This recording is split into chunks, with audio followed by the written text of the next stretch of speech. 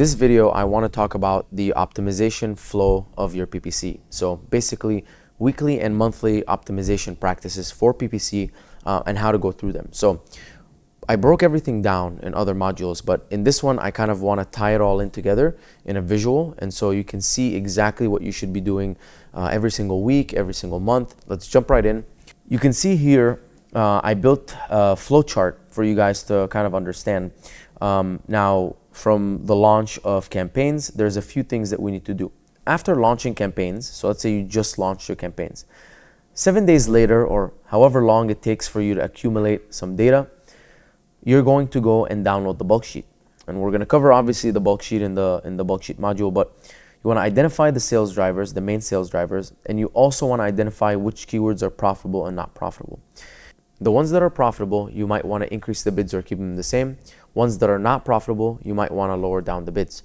Also, things that are spending money and not making any sales, that's not helping us, we want to lower the bids a little bit. But remember, look at the cost per click, and if you add 1 cost per click and it's still under your threshold of ACoS, you're fine. So if it spent $5 and the cost per click is $1 and it spends $1 more and might make a sale, and that's $6 and your product is $24, puts you at a 25% ACoS, right? So $5 spend, $1 cost per click, 5 plus 1 is 6.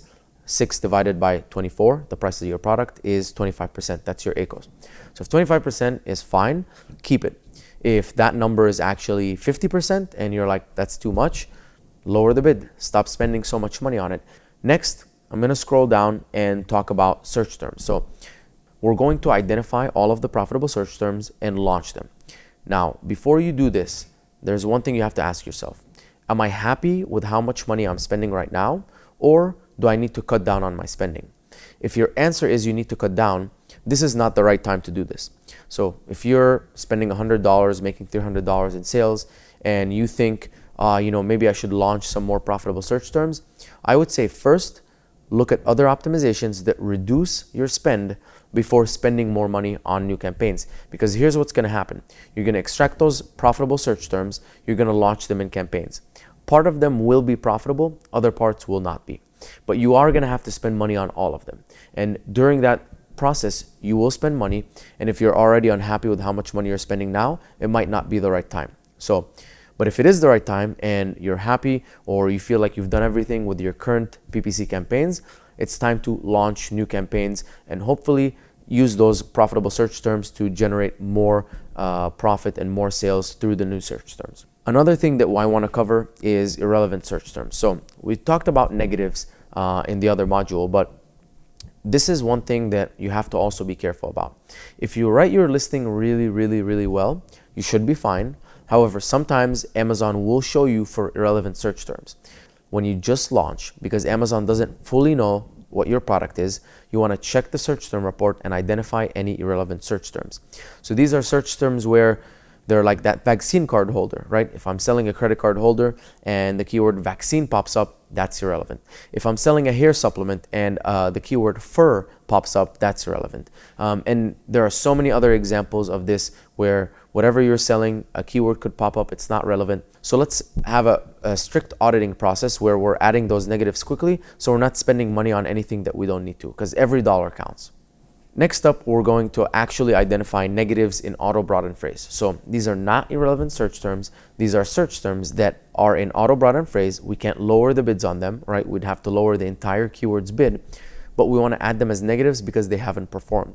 So we're going to go here into the search term report, identify those keywords based on ACoS, extract those keywords, and then add them as negatives in their own campaigns. Remember, we want to add as negative exact, not negative phrase, unless that keyword, you don't want to see it ever again. After that, I'm trying to identify keywords that I've launched but haven't gotten any traction. Sometimes I get the question, what bid should I start with? Well, there's no real right answer, right? You started an arbitrary number. So you want to start, let's say, at $1. But what if that dollar is too low? Or what if you start at 50 cents and it's too low? You want to gradually work your way up. Maybe if you have a bigger budget, you can start right at $2 or something like that. But if you do end up making a mistake and starting a little bit too low, you should be looking at all of your keywords. And if anything is not spending or getting enough traction or impressions, you want to increase the bids so you can start getting traction. Remember, everything we're doing is based on data. And if we don't have data to back up our decisions, we can't make any decisions. So you want those keywords to get traction. Once they get traction, once they get spend, they're either going to become profitable or they're not. And then you can lower the bids or add them as negatives. But without spend, we're never going to get anywhere. After that, I'm looking at my placements. You can either look in your campaign manager individually at each campaign, or you can go into the placement report. You can actually also go into the bulk sheets and optimize placements right there. So there's 3 ways for you to do it. But what I'm doing is I'm going into every campaign and I'm identifying where certain placements have performed really well. And if a placement like top of search has performed well, I have data to back up that the ACoS is good, that it's generating a lot of sales, the click-through rate is high. I'm going to increase the bid by placement a small amount to try and show up more for that placement because I have the data to back up that it's profitable. Now, the other direction also applies. So if I had gone back and found data that shows that top of the search is profitable, increase my bid by placement, but instead got a negative result and now my ACoS is too high, I want to go in and scale that back down. Lower the percentages that I have added, maybe bring it back to 0 if I'm on a tight budget. But if we tried something and it didn't work, there's no shame in going back and removing that. The next step after that is budgets. So I showed you how to do budget rules. If you have budget rules, that's great, and it's already automatically running. And if your campaigns are profitable, then your budgets will increase. However, if you don't have budget rules, what you can do is you can go and audit all of your campaigns in bulk sheets or directly in Campaign Manager, identify which campaigns are generating a lot of sales profitably, increase the budgets. Allow Amazon to spend more money on those campaigns because they're generating you sales. Obviously, the more money you can spend profitably, the better, because your sales will also grow. So essentially, this is kind of my week summarized. There's a couple other things in there I haven't included. These are all of the levers that I'm pulling. Of course, there's analytics, documenting analytics, making sure you understand what's going on in your campaigns. But generally, as you launch these campaigns, this is now your weekly flow or however. And another question I always get is, how often should I be doing this? And it all depends on how much money you're spending. If you're spending $100 a day, it might take 2 weeks for you to get enough data across all of your keywords so that you can make data-driven decisions.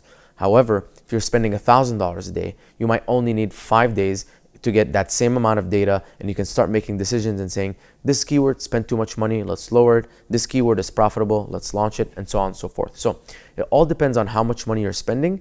The more you spend, the faster you can get data, and the faster you get data, the faster you can make data-driven decisions.